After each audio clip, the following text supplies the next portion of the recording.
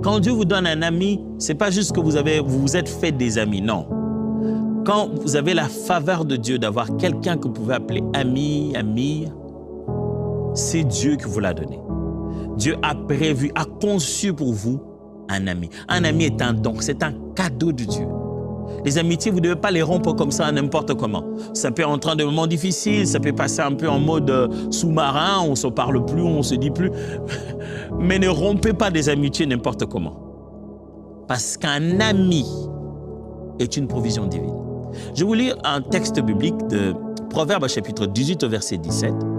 Et je ferai un commentaire pour que vous puissiez voir un peu les côtés des textes originaux. Vous allez mieux comprendre cela. Parce que dans ce français ici, vous avez l'impression, vous pouvez rater à côté. Vous pouvez vraiment passer à côté de quelque chose. Bon, trêve de parole, je vais lire ça. Proverbes chapitre 18 verset 17.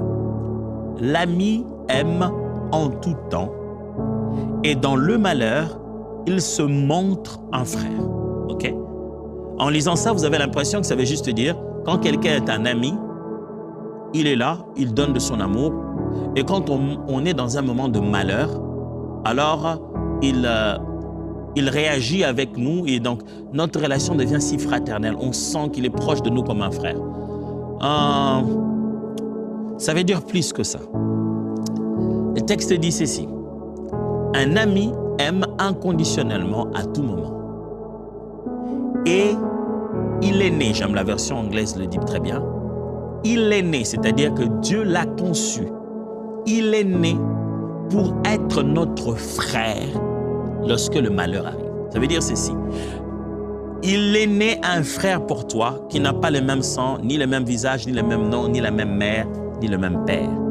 Mais c'est ton frère dans les douleurs.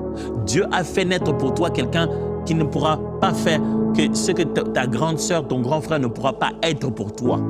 Cette personne-là est née, elle vit avec destinée d'être pour toi ce qu'aucun de ceux qui portent ton nom de famille ne pourra être. Tu l'as rencontré dans la vie, tu l'as appelé ami. Or, l'une des raisons pour lesquelles il est né sur la terre, c'est pour que dans les moments les plus difficiles, ça soit lui ton frère et non pas celui qui a le même nom que toi. Que ça soit lui ton véritable frère.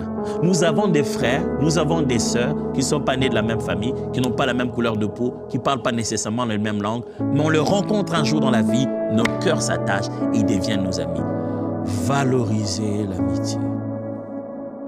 Ce n'est pas parce que les relations étaient toxiques que vous voulez vivre vous-même seul. Sachez bien qu'en essayant de vivre dans l'isolement, vous ne devenez pas meilleur en amitié.